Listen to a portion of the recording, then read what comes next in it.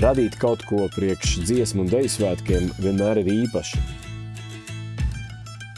Kopā ar svētku lieldraugu Rimi gribējām izcelt pašus galvenos svētku dalībniekus, bērnus, jauniešus, dziedātājus, dejotājus. Viņi ir lielāki par estrādi, jo tas ir būtiski, viņi ir galvenie.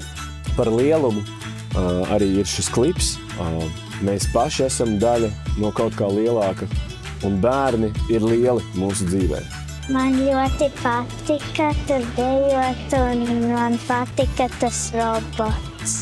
Mēs uztaisījām vairākas prevīzes, un no prevīzēm bija skaidrs, kurā dienas laikā notiks katra no ainām, no kura virziena kritīs gaisma uz bērniem, un tad īstajā dienas laikā mēs varējām skenēt to vidi estrādē.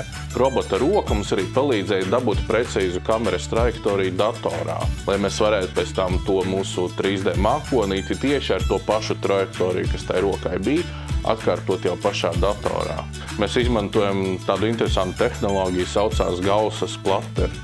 Un tad beigās tā tehnoloģija, kuru mēs izmantojam, bija samērā jauna, samērā eksperimentāla, un kad pirmo reizi Latvijas reklāmā arī viņa tika izmantota.